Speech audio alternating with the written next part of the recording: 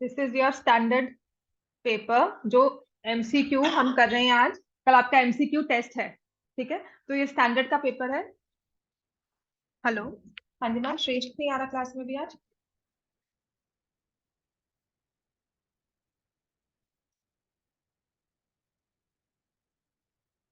Ma'am actually 3:40 पर सब बच्चे स्कूल नहीं पहुंचते टाइम पे, ये भी लेट आता था क्लास में, इसी वजह 6 to 7 किया था। मेरी बात करवाओ उससे। हाँ, इसको भेजो क्लास में class. So a and b are two positive integers. आपको दिया हुआ है a is equal to p cube Q4 and b is equal to p square Q cube, where p and q are prime numbers. HCF निकाला हुआ है। Now this question is there in your exemplar. Exemplar में question बहुत easily हमें दिया हुआ है, लेकिन यहाँ पर उन्होंने आप सैम्पल पेपर में चेंज फॉर्म में दे दिया, ठीक है। तो आपको m plus n into r plus s की वैल्यू निकालनी है। तो you have to find the HCF of two numbers and LCM of two numbers. आपको दो नंबर्स जो दिए हुए हैं वो है p cube q raise to power 4 और b जो हमें दिया हुआ नंबर वो है p स्क्वायर q क्यूब।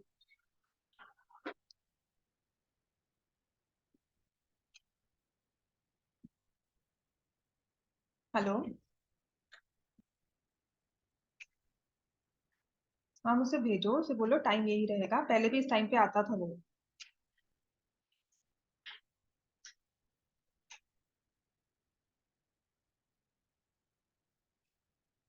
ठीक है।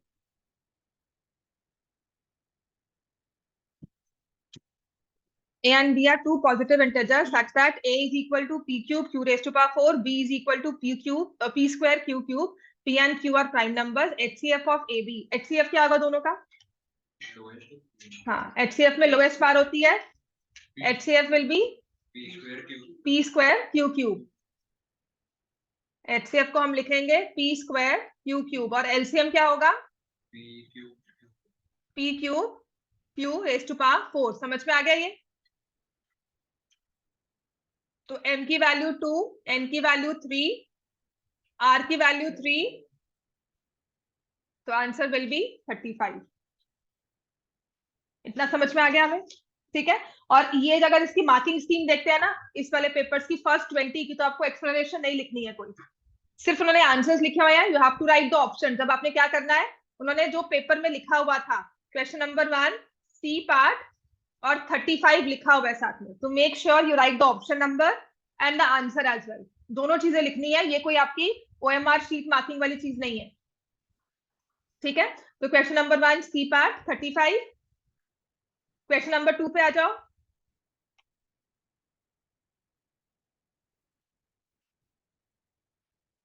P be a prime number, quadratic equation having its roots as factors of P is,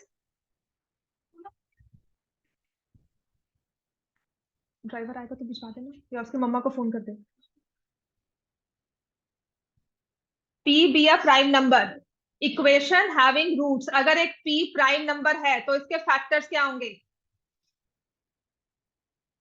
prime number के फैक्टर्स क्या होते हैं? 1 एंड नंबर इटसेल्फ। तो हमारे फैक्टर्स क्या हुए? 1 एंड P।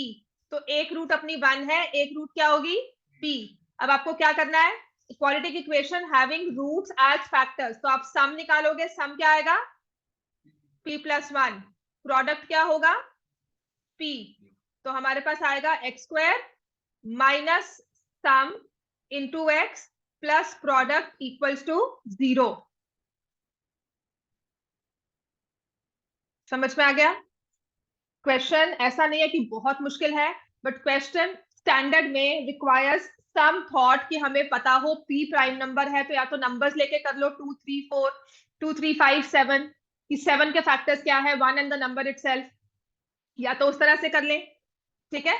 या फिर अगर वी अंडरस्टैंड कि the factors will be 1 and P, then we solve the question. अब आते हैं क्वेश्चन नंबर 3 पर।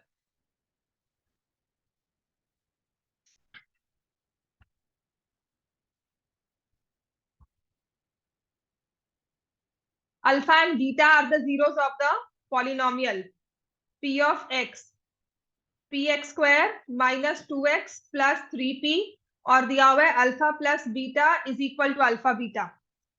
सॉल्व करो, ये तो इजी है, सॉल्व करो। अल्फा प्लस बीटा क्या होता है इक्वेशन से? माइनस बी अपॉन ए लगाओ तो ये आ जाएगा।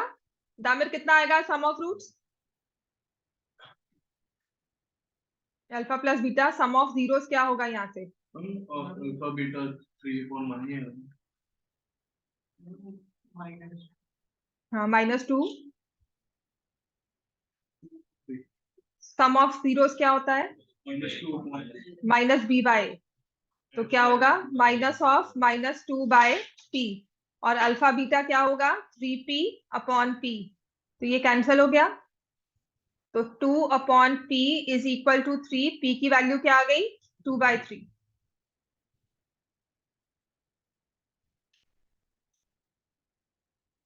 क्लियर हो गया इतना? Question number 3 done. क्वेश्चन 4 पे आओ। समझ में आ गया सबको? कल टेस्ट है आपका एमसीक्यू का।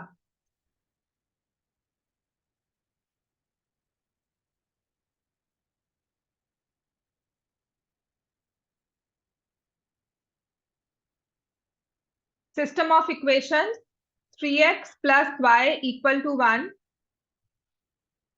and 2k minus 1 into x plus k minus 1 into y is equal to 2k plus 1। ये सिस्टम जो है वो कह रहा है कि इनकंसिस्टेंट है। इनकंसिस्टेंट कब होता है?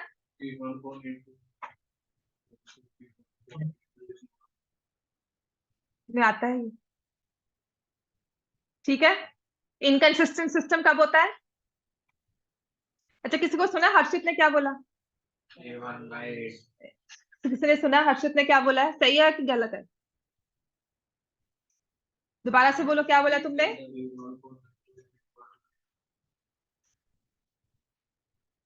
दामिर, थर्ड क्वेश्चन, फोर्थ क्वेश्चन। हाँ सही बोला कि नहीं?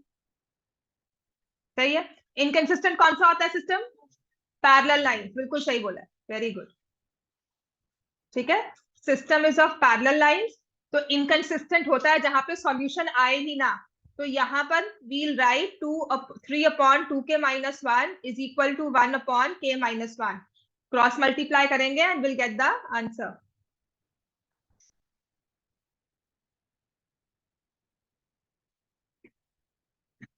किसके इक्वल आ जाएगा आंसर? 2। के की वैल्यू हो गई 2।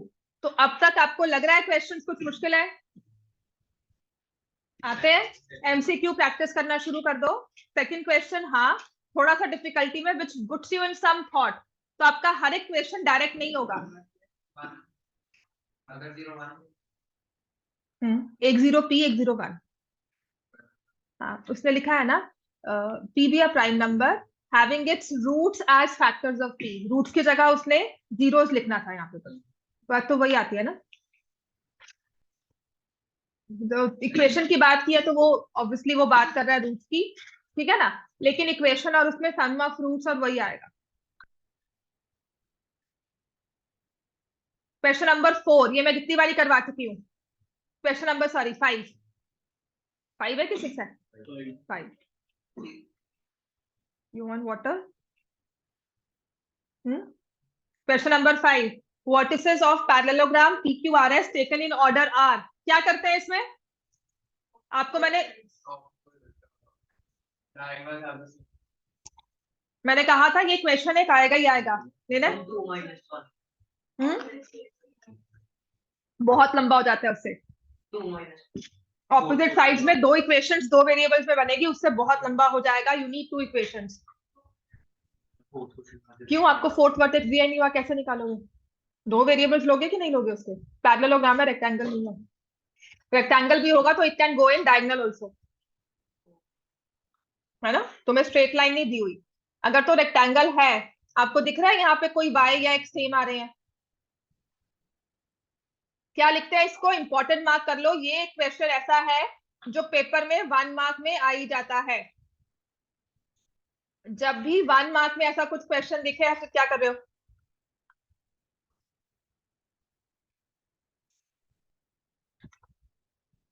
जब भी 1 मार्क में ऐसा क्वेश्चन दिखे पैरेललोग्राम के बारे में, तो हमें सिर्फ करना है diagonals of parallelogram bisect each other. तो mid point of P R is equal to mid point of Q S. ठीक है, एस को मैंने ए और बी ले लिया. Let the what that the coordinates of s be a b. तो हम क्या करेंगे, पी आर को 3 minus 3/2, 4 minus 2/2 is equal to -2 plus a/2. Diagonals equal ने मिड पॉइंट सेम किया है, डायगोनल्स इक्वल नहीं होते. 3 प्लस b/2, तो हमारे पास आ जाएगा -2 plus a is equal to 0. और यहां से 4 minus 2 is equal to 3 plus b. समझ में आ गया? मैंने दोनों के मिड पॉइंट्स को सेम किया है. समझ में आ गया ना? हमने मिड पॉइंट फॉर्मूला लगाना है. a की वैल्यू 2 और b की वैल्यू आ जाएगी -1. तो answer will be c part 2 - 1. समझ में आ गया इतना? हमें question number 4, question number 6 sorry.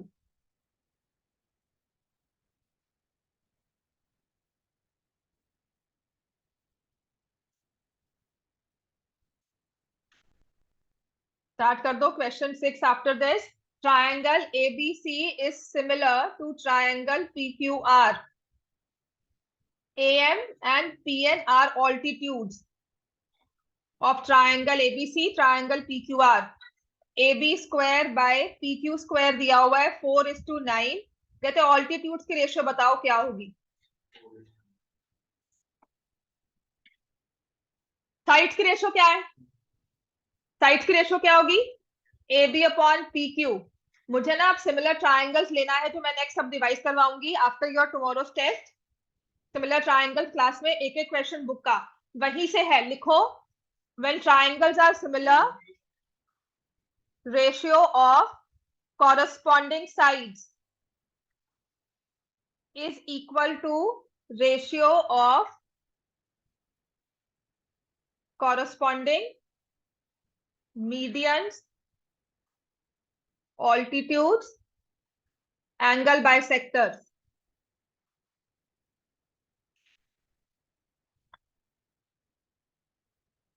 Triangle थे,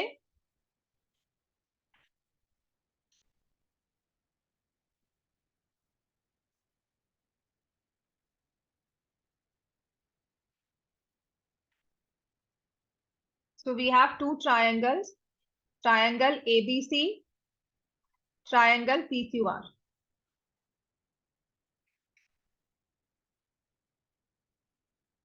ठीक है, आपको AB और PQ की ratio they the which is 2/3. ये हमने निकाल ली. तो A से जो मेरा ऑल्टीट्यूड शुरू होगा और P से जो ऑल्टीट्यूड शुरू होगा वो इनके कॉरस्पॉन्डिंग होगा. AM upon PN ratio will also be equal to 2:3. समझ में आ गया? सिमिलर ट्राइंगल्स नेक्स्ट रिवाइज करेंगे. सारे क्वेश्चंस बुक के, तो वो क्लासेस अटेंड करना. राइट, इन बिटवीन टेस्ट भी होता रहेगा. क्लियर हो गया? किसी को 6 to 7 और किसी को प्रॉब्लम है? एक्सेप्ट श्रेष्ठ, उसको प्रॉब्लम रहेगी. उसके अलावा किसी को है? हो गया बच्चे सबका? नेक्स्ट करवाओ. तो इसकी रेशियो क्या आएगी? 2:3 डी पार्ट. समझ में आ गया? क्योंकि जो साइड्स की रेशियो है वही ऑल्टीट्यूड्स की रेशियो होती है, वही एंगल बाइसेक्टर्स की कॉरस्पॉन्डिंग में, और वही ऑल्टीट्यूड्स की, मीडियंस की, एंगल बाइसेक्टर्स की, और बस. Altitudes, median, angle bisectors, perpendicular bisectors not always. Next page करें.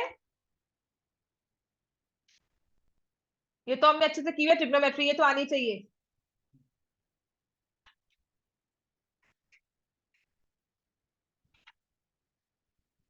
x tan 60 cos 60 is equal to sin 60 cot 60. x की वैल्यू बताओ क्या है? अब तक याद नहीं है.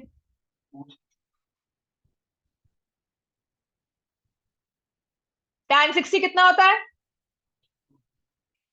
cos 60 कितना होता है? 1/2. sin 60 कितना होता है? और cot 60 कितना होता है?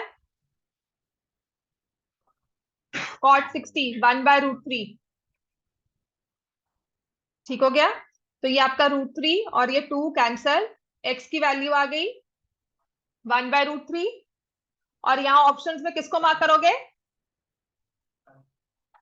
sin 30 1/√3 होता है। tan 30 समझ में आ गया? दामिर समझ में आया ये? Question number 7। नेक्स्ट क्वेश्चन करो सॉल्व। ये क्लास में बहुत बार करवा चुकी हूँ। sin theta plus cos theta is equal to √2, find the value of tan theta plus cot theta. Next उसको मत देखो, तुम अपना काम करो। क्वेश्चन नंबर 8 नेक्स्ट स्टार्ट कर दो।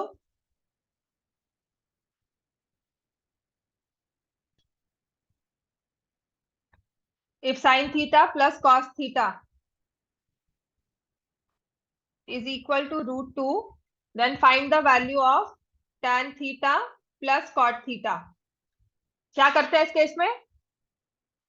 Squaring both side. sin theta cos theta दिया और यहाँ पे tan और cot दिया है, तो आपने स्क्वायरिंग किया तो क्या आएगा? sin square theta plus cos square theta plus 2 sin theta cos theta किसके इक्वल है? ये क्यों मैंने यहाँ पे sin स्क्वायर cos स्क्वायर ऐसे क्यों लिखा है? ये प्लस 2ab फॉर्मूला लगाया ना, तो sin square plus cos square किसके इक्वल होता है?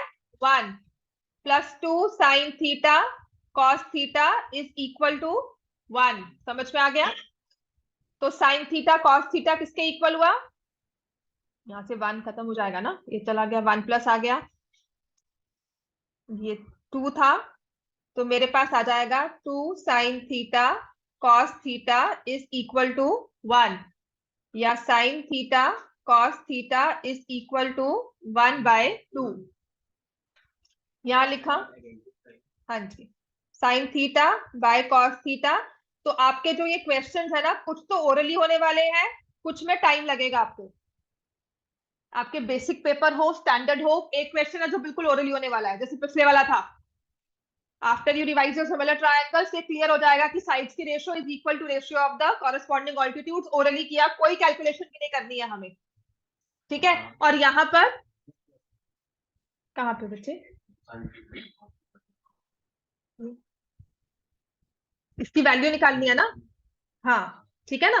तो अब मैंने क्या किया, ये आ गया sin square theta plus cos square theta divided by sin theta cos theta. अब ना क्वेश्चन जो एमसीक्यू वाले हैं, कुछ है जो सॉल्व करने पड़ेंगे, कुछ है जो ओरली हो जाएंगे, मिक्स है क्वेश्चंस का। आपको 2-3 क्वेश्चन मिलेंगे जो बिल्कुल ओरली होंगे, जैसे पिछले वाले क्वेश्चन थे, इतने लंबे नहीं थे, लेकिन ये एक आ गया जिसमें लंबा सारा काम चल रहा है। समझ में आ गया? तो it will be a mix, तो 1/1/2 answer will be equal to 2। अब नेक्स्ट क्वेश्चन नंबर 9 आ जाओ। अगेन सिमिलर ट्रायंगल्स हैं।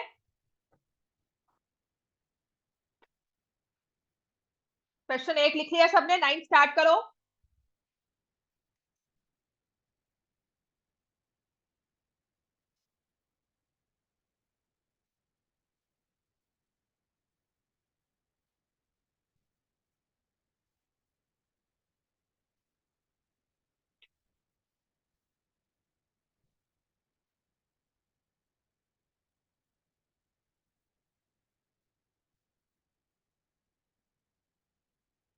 अराउंड 9 स्टार्ट, 8 सब कर दिया मैंने, ठीक है?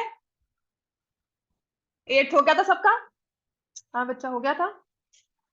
हर्षित 8 हो गया था। जयंत तुम्हारा?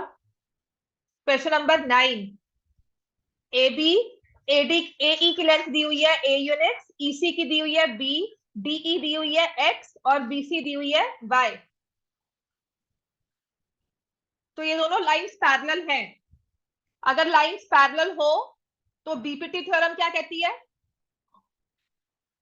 AD upon DB is equal to AE upon EC, half ना, वो बोलती है मिड पॉइंट थ्योरम, और वो भी मिड पॉइंट्स के लिए। तो डीई पैरेलल दी है, मिड पॉइंट्स नहीं दिए हुए, पहली बात। देखो सिमिलर ट्रायंगल्स में या तो बीपीटी लगेगी, बीपीटी पार्ट्स की बात करती है, लेकिन यहां पर मुझे डीई और बीसी दे दिया। जहां साइड बीसी आ जाएगी ना, आपको लगाना है triangle ADE is similar to triangle ABC. ये आता है हमें? दोनों ट्रायंगल सिमिलर होंगे, समझ में आता है ना ये? आते सबको कि नहीं? ट्राइंगल्स आर सिमिलर, ये एंगल सेम है, ये एंगल सेम है, कॉरेस्पॉन्डिंग एंगल्स, दो एंगल्स के साथ we know triangles are similar, ये प्रूव नहीं करना हमें, ठीक है? आपने लिखा सिमिलर है, उसके बाद साइड्स की ratio low, AD upon AB is equal to DE upon BC is equal to AE upon AC। और देखो हमें कौन कौन सी वैल्यू दी हुई है, AD AB के बारे में कुछ नहीं गिवन, तो I will not take it anywhere in my proof. DE की वैल्यू कितनी लिखी हुई है? X। BC कितना लिखा हुआ है? Y। AE कितना है?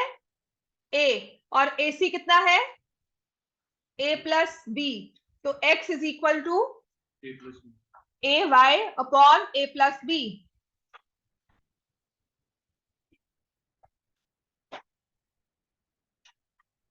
क्रॉस मल्टीप्लाई हो गया यहाँ पर, x की वैल्यू चाहिए AY upon A plus B। I will say this is a moderate level question, बहुत इजी भी नहीं है, क्योंकि A B C ऐसे A और X देखकर ना पहले ही बंदा लगता है पता नहीं क्या ट्राइंगल में आ गया। नंबर्स दिए होंगे, आप बहुत इजीली सॉल्व करोगे, उसे मैं इजी बोल दूंगी, but when I see variables A B C ऐसे मैं कॉन्स्टेंट्स देखती हूँ ना, तो मुझे लगता है क्वेश्चन बहुत मुश्किल सा है। मेरा फर्स्ट इंप्रेशन जब मैंने ये क्वेश्चन देखा था मुझे लगा अच्छा डिफिकल्ट वाला आ गया, बट जब मैंने सॉल्व किया, ये क्वेश्चन देखने में मुश्किल लगेगा पर सॉल्व हो जाएगा। ये वाला क्वेश्चन आपको टाइम लगाएगा कि you have to find squaring both sides, उसमें फॉर्मूला लगाओ, फिर tan और cot को हम सॉल्व करें, फिर उसके बाद उसमें वैल्यूज पुट करें। Next is question number 10। ये डायरेक्टली आपकी बुक का प्रूफ है और उससे क्वेश्चन बनकर आया है। AC बच्चे AE और EC की वैल्यू दी हुई है, AE कितना दिया हुआ है? A। और EC कितना दिया हुआ है? B। तो AC कितना हो गया? A plus B। Question number 10, ABCD is a trapezium. पहले तो ट्रेपीजियम ड्रॉ करो। ऐसे वाले क्वेश्चंस में जब एक फिगर दी हुई है, ऑलवेज मेक श्योर आप फिगर के बिना काम नहीं कर रहे हो। ABCD is a trapezium, AD is parallel to BC, so I need to name it correctly, ठीक है? AD is parallel to BC, diagonal AC and BD intersect। तो पहले मैं इतना तो ड्रॉ करूं कम से कम, क्वेश्चन क्या है वो ड्रॉ करके ही पता लगेगा। Diagonals intersect at point O such that AO upon OC is equal to DO upon OB is equal to 1/2। तो मुझे BC की वैल्यू निकालनी है। AD दी हुई है 4 सेंटीमीटर, अगेन ओरल होने वाला क्वेश्चन है। साइड्स की रेशियो क्या दी हुई है इसमें? कौन से दो ट्राइंगल्स लोगे? AOD and COB। AOD ले रहे हैं तो COB आएगा, ट्राइंगल AOD। क्यों COB आएगा? क्योंकि ये वाला एंगल किसके इक्वल है? यहाँ ऑल्टरनेट इंटीरियर एंगल्स, इसकी वजह से मैं A के साथ C लूंगी, is similar to triangle COD। तो अब देखो ना आपकी रेशियो क्या बन रही है, AO upon OC is equal to AD upon CD, sorry AD upon, ये COD लिख दिया, COB था बच्चे मेरा गलत, ठीक है? तो this is COB, this is COB, ठीक है? तो 1/2 AD आपको 4 दिया है, तो BC कितना आ जाएगा? ये विद प्रैक्टिस ओरल होने वाला क्वेश्चन है कि ये 1 दिया है, ये 2 दिया है, ट्राइंगल्स आपस में सिमिलर होते हैं, तो अगर ये 4 दिया है तो डबल हो जाएगी साइड और ये आ जाएगा 8। This is an oral question. Marking scheme में ये क्वेश्चन सॉल्व नहीं किए हैं, इनके सिर्फ ऑप्शंस। कैसे सॉल्व हुआ? मार्किंग स्कीम का मतलब है कौन सा स्टेप इंपॉर्टेंट है, किसके हिसाब से मार्क्स मिलेंगे। तो अगर आप फर्स्ट 20 क्वेश्चन देखते हो तो उसमें कोई सॉल्विंग नहीं लिखी हुई, एक सिंगल चीज, एक सिंगल रीजन नहीं लिखा हुआ। बेसिक में I found one question MCQ में आंसर गलत दिया हुआ है, तो I just wanted to compare कि उसने कहां गलती किया या मैंने कहां गलती किया, तो कोई एक ऐसा नहीं था कि जिसमें देख सकूं। समझ में आ गया? तो अभी डिस्कस करके देखते हैं कि वो क्वेश्चन मेरा गलत है या पेपर में गलत आया वैल्यूज के हिसाब से। बेसिक में स्टैंडर्ड MCQ का ही है। हाँ 11th का D, ठीक है। Question 10 done. 11th में आते हैं। अब तक कैसा लग रहा है टेस्ट? ये इजी है ना?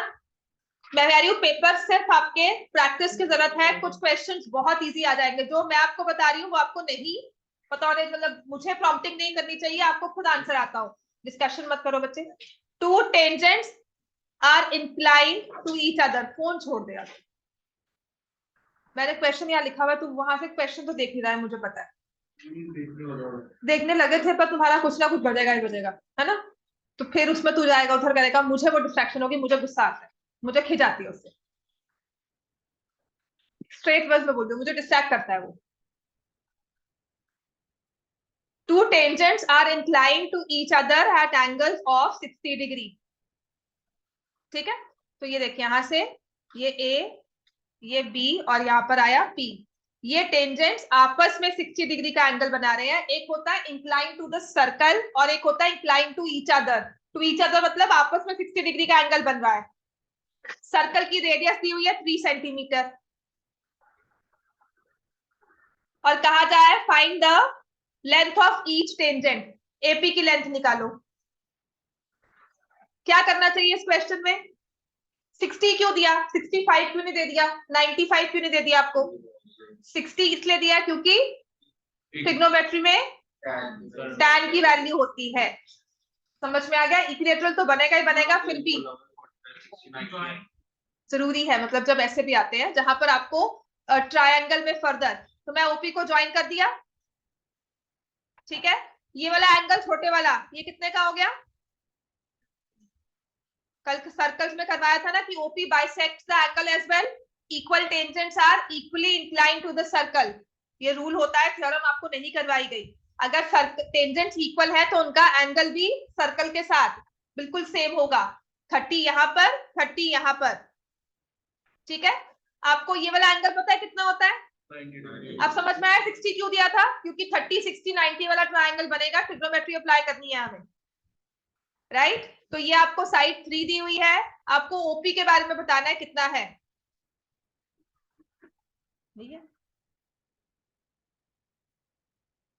Length of each tangent AP के बारे में बताना, तो मैं क्या लगाऊंगी? ओ ए अपॉन एपी, रेशो क्या हो गई? tan 30। tan 30 किसके इक्वल होता है? 1/√3। ओ ए कितना दिया हुआ है? नहीं दिया, वो दिया हुआ है 3। ओ ए की वैल्यू दी हुई है 3। एपी मुझे निकालना है, इससे इजी वे नहीं हो सकता कि मैं डायरेक्टली निकाल लू 3√3। समझ में आ गया इतना हमें? क्वेश्चन नंबर 12, इसके बाद जो करना है आपको, क्वेश्चन नंबर 12।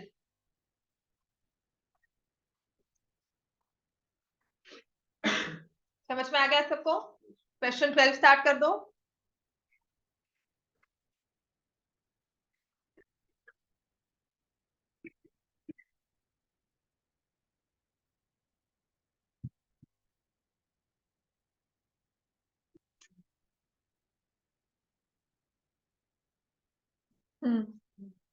ठीक है, स्क्वायर पहले बताओ, सर्कल के अंदर स्क्वायर बना है कि स्क्वायर सर्कल के बाहर? सर्कल के अंदर स्क्वायर है, the area of circle that can be inscribed in a square. हाँ, स्क्वायर के अंदर सर्कल बना, रेडियस 3 नहीं होगा? क्यों? देखो, सी ये सर्कल बना है, आप बताओ, आपको सिर्फ स्क्वायर की साइड पता है।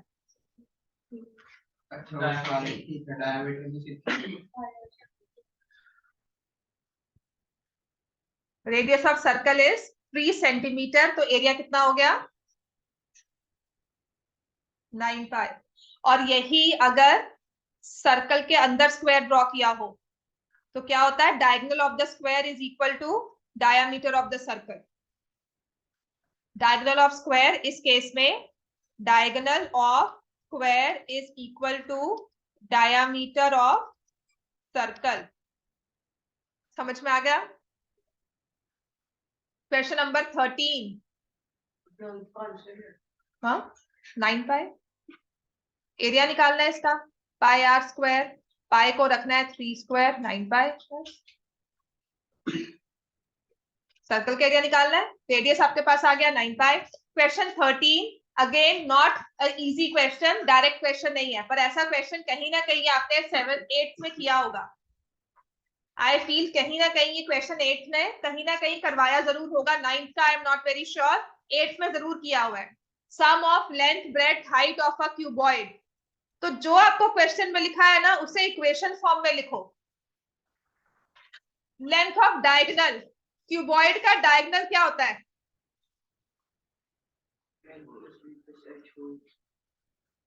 L square plus B square plus H square का अंडर रूट, और ये वैल्यू आपको दी हुई है इज इक्वल टू 2√3। यहां करेंगे स्क्वायरिंग बोथ साइड, तो L square B square H square किसके इक्वल आ गया? 4 3 12। अब मुझे बता रहा है total surface area. Total surface area क्या होता है? 2 length breadth, 2 breadth height, 2 length height. कैसे आएगा ये चीज? अब ये 9th है, मैंने कहा था ना 10th क्या था, 9th पढ़कर आई हो, 9th भी पढ़कर आना, 8th भी पढ़कर आना, कहीं ना कहीं वही से होगा। क्यूबॉइड की लेंथ जो निकालनी होती है डायगोनल की, ये 8th से शुरू कर देते हो आप, ठीक है। 9th में मैंने रिवाइज करवाया था, बुक में कहीं मेंशन नहीं है। 9th में मैंने आपको आकर 10th में रिवाइज करवाया था, पूरा पूरा एक क्लास लगा के सरफेस एरिया वॉल्यूम के आपको सभी क्यूबॉइड क्यूब के क्वेश्चंस करवाए थे, डायगोनल के भी। तो इसमें मुझे क्या करना है? अब आएंगे आपके polynomials in practice, squaring both sides, not cube. Cube करोगे तो 3 का क्यूब पहली बात, और मुझे वॉल्यूम नहीं निकालना है, तो मैं क्या करूंगी? Squaring both sides. याद आया 10th का 9th का आपका squaring both sides polynomial? a plus B plus C whole square क्या होता है? A square plus B square plus C square 2ab plus 2ab plus 2ac plus 2abc। याद है ना? तो ये आएगा L square plus B square plus H square 2lb plus 2bh plus 2lh। कितना आएगा? 36 इंटू 3 108 आ गया। मैं वही कह रहा हूँ ना, यहाँ पे स्क्वायरिंग बोथ साइड्स, ऐसे मुझे ये स्टेप नहीं लिखना है, कोई मार्क्स नहीं मिलने वाला इसके। आपको आंसर लिखना है, आंसर के साथ option and the answer, option number ABCD में से कौन सी, और उसके साथ आंसर को मैच करोगे। तो एल स्क्वायर बी स्क्वायर ये दिया हुआ है 12, तो 2lb plus 2bh plus 2lh क्या लिखेंगे? 108 minus 12 which is equal to 96। नहीं बच्चे, क्योंकि हमें टोटल सरफेस एरिया निकालना है, टोटल सरफेस एरिया यही होता है। समझ में आ गया? क्लियर है हमें? राइट। अगेन आई विल से कि ये प्योरली फ्रॉम योर 9th की बुक है, क्योंकि आपको स्क्वायरिंग बोथ साइड्स करना है। पॉलिनोमियल्स में 9th में किया था, 10th में कहीं नहीं मैंने ये क्वेश्चन कुछ करवाया, कभी सोचा भी नहीं कि मैं करवाऊंगी क्लास में, ठीक है। तो आपका पेपर इस तरह से ही होगा। इसका आंसर है 108, क्वेश्चन नंबर 14। ठीक है। Again I said 15th question revolution वाला क्वेश्चन जो है एक तरह से इंपॉर्टेंट है। क्वेश्चन नंबर 14 पर आओ। इंपेरिकल फॉर्मूला मैंने क्या सिखाया आपको? जब आपको कोई भी डेटा नहीं दिया हुआ, टेबल नहीं दिया हुआ, मीन के बारे में कुछ नहीं पता है, तो हमें फॉर्मूला लगाना है। And what is the way that we remember? Mode is equal to 3 median minus 2 mean, right? तो 3 मीडियन, उसने कहा difference of mode and median, mode में से मीडियन माइनस किया तो डिफरेंस दिया हुआ है 24। ये 3 मीडियन है, एक मीडियन में यहां पर ले गई, माइनस मीडियन यहां पर आएगा 2 मीडियन माइनस 2 मीन। समझ में आ गया? Median minus mode minus median कितना दिया हुआ है? 24, और उसने कहा है 2 मीडियन माइनस मीन, ये इसकी वैल्यू निकालनी है, तो क्या होगा? 24/2 12। ऐसे क्वेश्चंस आप कह सकते हो कि आपके पेपर में आ जाएंगे based on empirical formula, that's it. हाँ हाँ 96, सॉरी गलती से मार्क कर दिया, गलती से मार्क किया, 96 बोला है, 96 मार्क मैंने 108 कर दिया। हाँ ठीक है। 15th क्वेश्चन करो आप। 12 ठीक है बच्चे। 15th क्वेश्चन,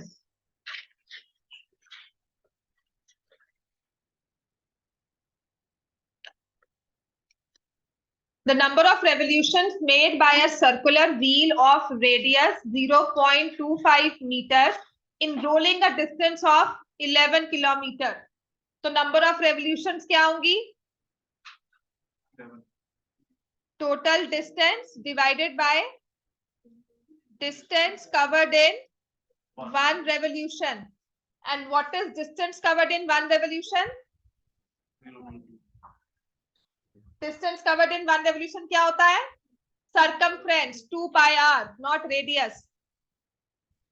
मैंने आपको एक ही चीज कही है इसमें याद करने के लिए, और आपको मैंने इसे थ्रू डायग्राम्स भी समझाया था कि सर्कल को अगर हम ब्रेक कर दे एक पॉइंट से और इस थ्रेड को ओपन करके हम लगाएं तो ये पूरा सर्कमफ्रेंस बनकर आएगा.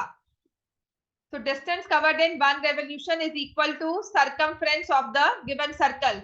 अब रेडियस दी हुई है मीटर्स में और डिस्टेंस दिया हुआ है किलोमीटर्स में, तो मैं किससे मल्टीप्लाई कर दूंगी ऊपर? 1000. तो 11,000 टू 22 यहाँ पर, 7 यहाँ पर, और रेडियस है 0.25. पेपर के ऊपर ना इंस्ट्रक्शन दी हुई है 0.8. प्लीज इसे पढ़ लेना. इसमें लिखा हुआ है use pi as 22/7 wherever required if not stated. Pi को पूछने मत बैठना 3.14 ले लिया मैम, लिखा नहीं हुआ, क्वेश्चन में नहीं लिखा हुआ है, इंस्ट्रक्शंस में क्लियरली मेंशन है. पेपर पढ़ने से पहले हमेशा इंस्ट्रक्शंस पढ़ना. ये सब चीजें आपको इंस्ट्रक्शंस में. Draw NEET figures wherever required. इसका मतलब अगर फिगर ड्रॉ नहीं की जाएगी तो आपको मार्क्स मिल नहीं सकते, आपके मार्क्स कट सकते हैं. उसने क्लियरली इंस्ट्रक्शंस लिखी हैं. जहां रिक्वायर्ड है 2, 3, 4 मार्क्स में, 5 मार्क्स में, वहां फिगर ड्रॉ करनी ही करनी है. एमसीक्यू में नॉट रिक्वायर्ड. एमसीक्यू में आपने ऑप्शंस मार्क करने हैं तो आपको स्टेप्स नहीं देने उसमें. समझ में आ गया? इसका आंसर आ जाएगा अपने पास 7,000. 0.25 मतलब 1/4 है, ऊपर 4 चला गया, ये कट जाएगा. ठीक है. Number of revolutions will be 7,000. Question number 16 पर आओ.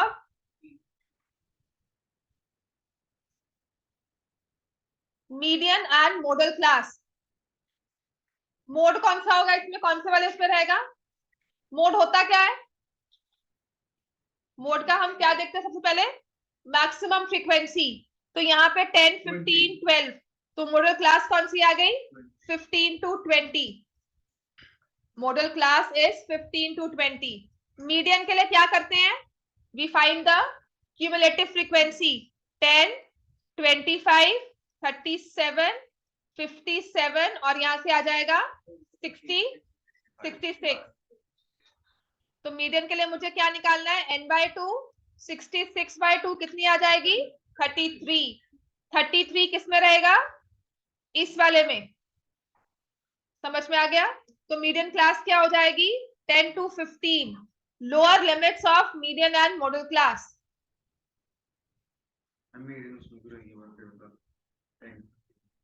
तुम्हारा 33rd ऑब्जर्वेशन है. ठीक है. 10 to 15, 15 to 20, 20 to 20.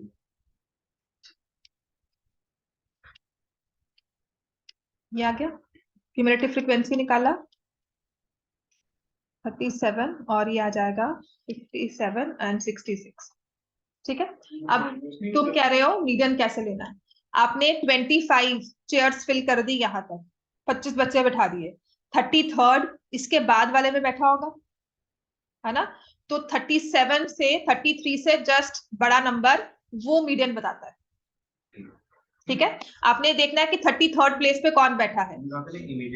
हाँ, इमीडिएट नंबर 33 के बाद बड़ा कौन सा है, बस तो वही मीडियन क्लास हो गया हमारा. आपने ये देखना है 33rd प्लेस पे कौन बैठा है. तुमने 25 चेयर्स तक फिल कर दिया, 10 तक, 10 मार्क्स वाले बच्चों को तुमने 25 तक फिट कर दिया. तो 26, 27, 28 से लेकर,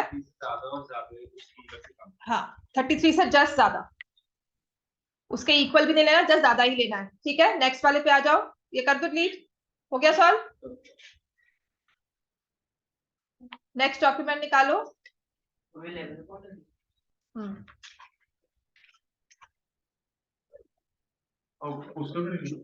नहीं बच्चे, इस पे क्वेश्चन रहते हैं ना. कोई बात नहीं, बेसिक भी करवाऊंगी, टाइम है अभी, चिंता मत कर.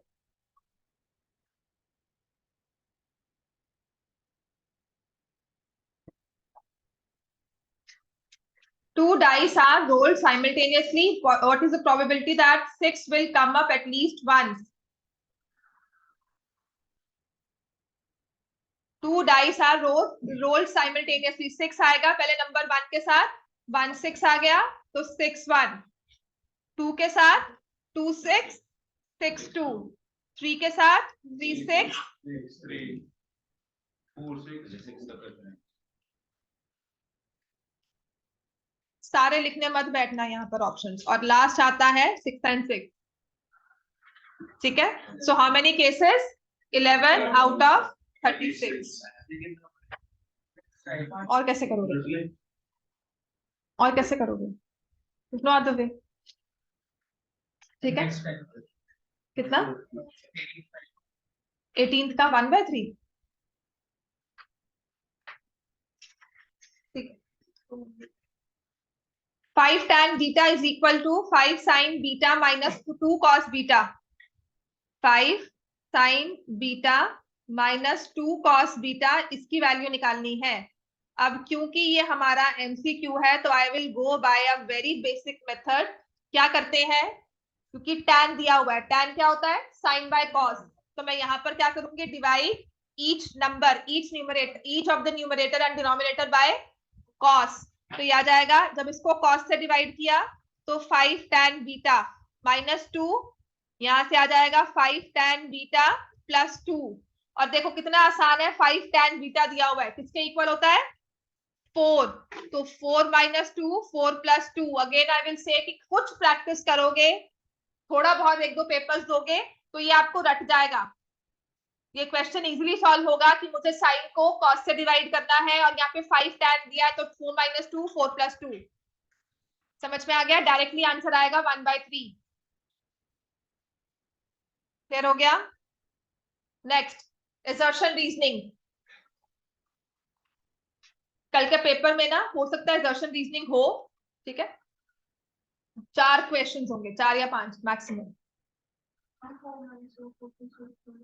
5 tan बीटा किसके इक्वल है? 4.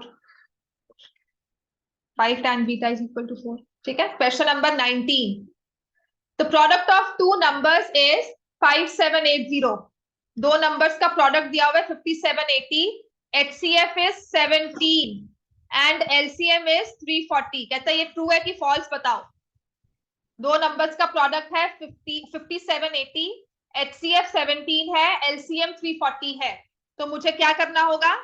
5780 को डिवाइड करना है 17 से, है ना, देखने के लिए कि LCM 340 आता है. Assertion is true. अब देखना है रीजन बताता है कि नहीं. वो भी कर सकते हो जो आपको लगता है. मुझे डिवीजन एक्चुअली लगी 17 का डबल आता है, 3 जा 4 जा मतलब 51 68. ठीक है, हाँ हाँ, तो फिर तो मल्टीप्लाई करोगे, है ना. हाँ, HCF is always a factor of LCM. True या फॉल्स? ट्रू. लेकिन अगर मैं सिर्फ आपको ये बताऊं, आपको ना फॉर्मूला बताऊं, आपको सिर्फ ये बता दूं HCF is a factor of LCM, तो क्या आप इसका आंसर कर सकते हो? मैंने आपको ना सिखाया हो कि product of 2 numbers is HCF into LCM, ये ना चीज सिखाई हो, और मैं कहूं HCF LCM का फैक्टर होता है, तो क्या ये ट्रू होगा? नहीं बता सकते. तो इसका मतलब ये स्टेटमेंट चाहे सही है लेकिन इसकी प्रॉपर रीजनिंग नहीं है. कल मैं आपको यहाँ फॉर्मूला लिख के दे दूं, जिसको नहीं भी आता होगा वो क्वेश्चन सॉल्व कर लेगा, है ना. तो इसका मतलब इसमें हम आंसर क्या मार्क करेंगे? Option number B, that your reason आधा नहीं, पूरा जस्टिफाई करना है. ठीक है, जैसे नेक्स्ट वाला देखो. See the next question. Coordinates of mid points of sides AB and AC. अब इस केस को ना हमेशा ऐसे वाले क्वेश्चन को मैं फिर से बोलती हूँ आपको, आपका जब कोऑर्डिनेट का क्वेश्चन हो, ट्रिग्नोमेट्री क्वेश्चन हो, ट्रायंगल, सर्कल्स, एरियाज, प्लस एक चीज और, जब हमारा क्वेश्चन आता है सरफेस एरिया वॉल्यूम, इनमें फिगर बनाया करो, क्वेश्चन बहुत क्लियर हो जाता है. ट्राई एंड अंडरस्टैंड, विजुलाइज करना है हमें चीज को. तो जब उसने ट्रायंगल कहा है, I don't know why you people don't try even make मैं उसको फिगर समझूं कि क्या कहा है. ट्रायंगल का है coordinates of mid points of sides ABC, AB and AC of triangle. तो AB का मिड पॉइंट दिया हुआ है D. फिगर बहुत क्लियर हो जाती है अगर सिर्फ हम, क्वेश्चन क्लियर हो जाता है सिर्फ अगर हम फिगर ड्रॉ करें. इसके मार्क्स नहीं मिलेंगे, लेकिन हमें सही से सॉल्व तो करना है। ये रफ में ही बिल्कुल ड्रॉ करनी है, इसको टेढ़ा मेढ़ा जैसे मर्जी ड्रॉ करो। So coordinates of mid points of sides are 3, 5 and -3, 3। तो कहते हैं बीसी की वैल्यू 20 यूनिट्स है। कैसे जस्टिफाई करेंगे? नहीं याद आता, नहीं समझ में आ रहा, रीजन पढ़ो। The line joining midpoints of two sides of triangle is parallel to third side equal to half of it. Midpoint theorem है, क्लास 8 10th में नहीं पढ़ी है, 9th में पढ़ी है, पर पेपर में आ गई। समझ में आ गया? This is mid point theorem. अगर ये रीजन दिया हुआ है, मुझे पता है ये सही होता है, तो अब मैं क्या करूंगी? I will find the length of DE. DE की लेंथ निकालो, कितनी आएगी? डीई की लेंथ, डिस्टेंस फॉर्मूला लगाओगे, 3 - 3, 3 + 3 हो जाएगा 6 स्क्वायर, 5 + 3 8 स्क्वायर, 6 और 8 के साथ प्लस में क्या बनेगा? 10। डी की लेंथ कितनी आ गई? 10। तो बीसी उसका 20 कह रहा है, तो ठीक है बिल्कुल। Yes ma'am. राइट। वैसे भी अगर मैं सॉल्व ना करूं तो मुझे पता है कि ये, हाँ, यहाँ पर अगर 28 दिया होता ना, तब मैं कहती ये फॉल्स है, तो मुझे उसके लिए चेक करना ही पड़ेगा।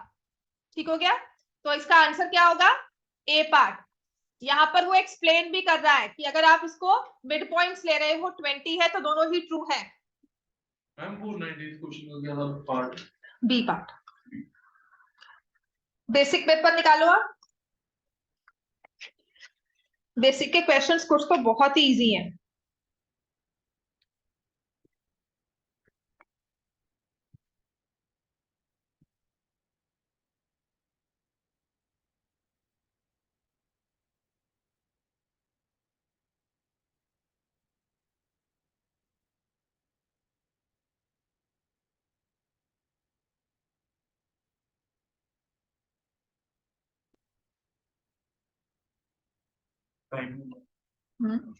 कोई बात नहीं भी है, मैं लेट भी आई थी। है ना?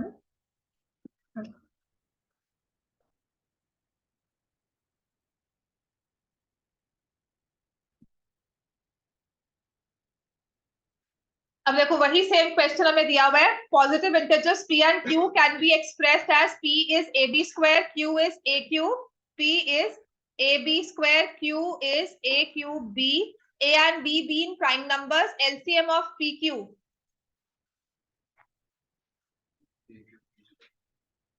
बेसिक लिया, स्टैंडर्ड लिया? ठीक है, तो एलसीएम क्या आ जाएगा? a³ b²। सॉल्व हो गया। बेसिक और स्टैंडर्ड में यही फर्क है, ये क्वेश्चन बुक में नहीं दिया हुआ, लेकिन ये बहुत डायरेक्ट है। समझ में आ गया? Next, greatest possible speed at which a man can walk 52 kilometers 91 kilometers in exact number of hours। LCM लेंगे।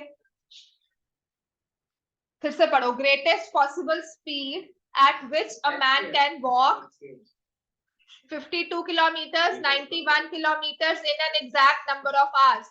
कि हमें 52 किलोमीटर काम खत्म अगर मुझे करना है, या मुझे डिस्टेंस ट्रैवल करना है, तो I need 1 hour 2 hour 3 hour 4 hour. ऐसे ही 91 किलोमीटर चलना है, तब भी मुझे टाइम चलना चाहिए 1 2 3 4, लेकिन स्पीड एक ही हो दोनों पे।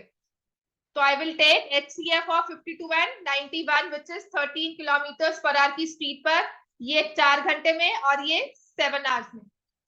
समझ में आ गया? एग्जैक्ट। तो आपको क्या करना था इसमें, अगर ऑप्शंस के साथ ही देखते तो क्वेश्चन इजीली सॉल्व हो जाएगा। Question number 3 again. हाँ, तो 4 घंटे 7 घंटे पूरे हो तो गए। कैसे एग्जैक्ट नंबर ऑफ आवर्स का मतलब क्या हुआ? Complete hours 4.5 now. ठीक है, तो आप किस स्पीड पे चलोगे कि आपका 52 किलोमीटर भी और 91 किलोमीटर भी, और वो स्पीड ग्रेटेस्ट होनी चाहिए एग्जैक्ट नंबर ऑफ आवर्स में। मैं 1 की स्पीड में भी चल लेती हूँ। I can walk in 2 kilometre, लेकिन इसके लिए एग्जैक्ट नहीं आएगा। आई कैन वॉक इन 3, दोनों ही नहीं आएंगे। 4 की स्पीड, 5 की स्पीड। तो मैं क्या कर रही हूँ? I am looking for those numbers which will divide the given 2 numbers exactly. ठीक है, नेक्स्ट आ जाएगा question number 3. I couldn't find a contact name to get that Pajara festival up. Who do you want to call? ये तो चुप कर जाते हैं, चुप भी नहीं करते जो एंड्रॉइड में बोलते हैं. कौन है ये? बिक्सबी. सीधी वो तो फिर चुप करा दो इसको. उसने चुप भी कैसे करा? Question number 3.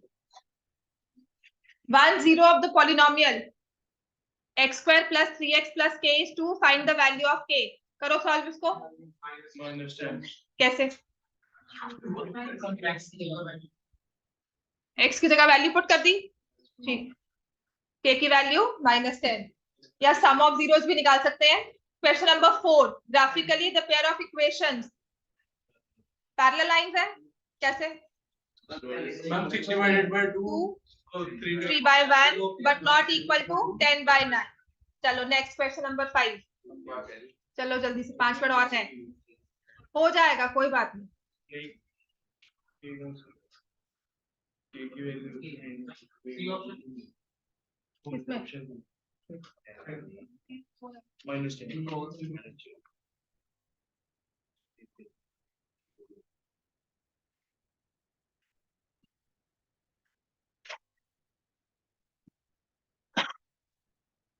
Question number 5 answer क्या होगा?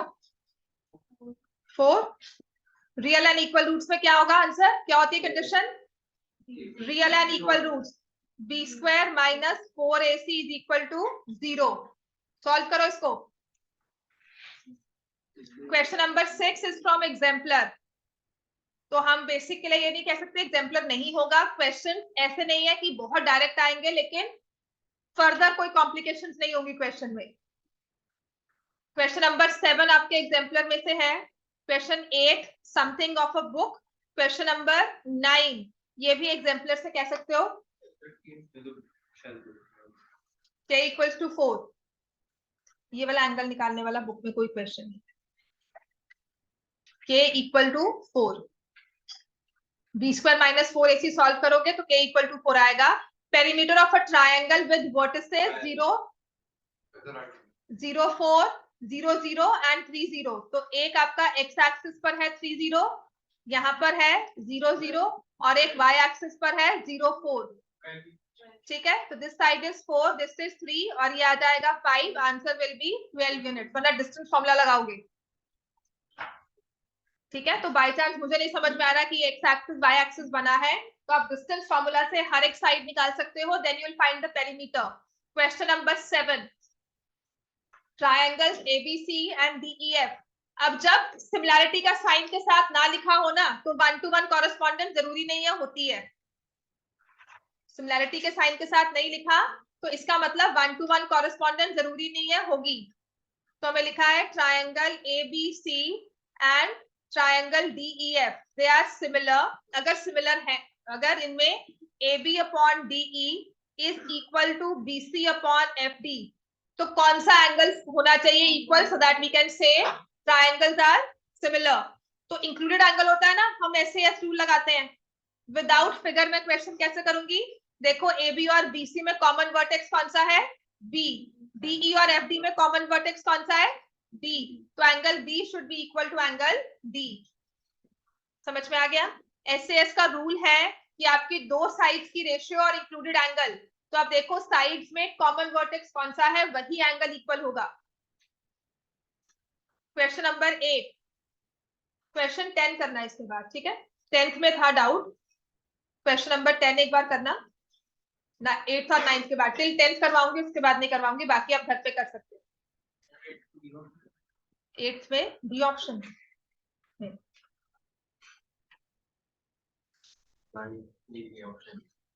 ठीक है. मैंने कहा था ना डायरेक्टली क्वेश्चन है. क्वेश्चन नंबर 9 बुक में है आपका, ये वाला और ये एग्जाम्पल का जो मैंने करवाया था. कौन सा? क्या दिख रहा है ये? तो ये सर्कल्स का है, ये ट्रायंगल्स का नहीं है. प्लस आपको ये टेंजेंट दिख रही है. This question is not from triangle. जहां पे सर्कल है आपको वो कॉन्सेप्ट यूज करना ही होगा, उसमें ट्राइंगल बनकर आएंगे। सर्कल का क्वेश्चन ट्राइंगल्स के साथ ही आएगा, चाहे एरियाज है चाहे वो सिंपल सर्कल का क्वेश्चन है या क्वाड्रिलेटरल्स बना होगा। क्वेश्चन है इसमें 25 डिग्री से और सेंटर में हाफ हो जाए, ये वाला हाफ है। हाँ जी। अदरवाइज अगर इसे सॉल्व करना है, मुझे रूल नहीं आता तो हम कैसे सॉल्व करेंगे? अगर ये 50 है तो ये वाला क्वेश्चन क्या होगा? 100 होगा। 130 डिग्री सप्लीमेंट्री एंगल्स होते हैं ना, और ये दो एंगल्स क्या है आपस में? इक्वल। ये छोटे वाले एंगल्स आपस में इक्वल है, तो x plus 130 is equal to 180। तो यहां से भी हमारा 50 डिग्री का हाफ हो गया 25 डिग्री। क्वेश्चन 8 हो गया सबका। क्वेश्चन 8 सॉल्व करो।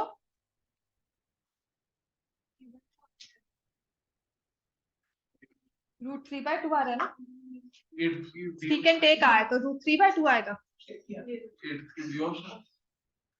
क्वेश्चन नंबर 8 सॉल्व कर। Find the ratio in which y axis, second ए कहाँ है? सेकंड कॉस होता है, कॉस सेकंड में √3/2 कहाँ होता है? देखो बुक में, बुक देखो, खोलो book. Why are you getting confused? या मैं कंफ्यूज हो गई? सेकंड कॉस में √3/2 होता है, सेकंड किसमें? हाँ नहीं, सी तो नहीं है। सी में, सेकंड में √3 कैसे आ सकता है?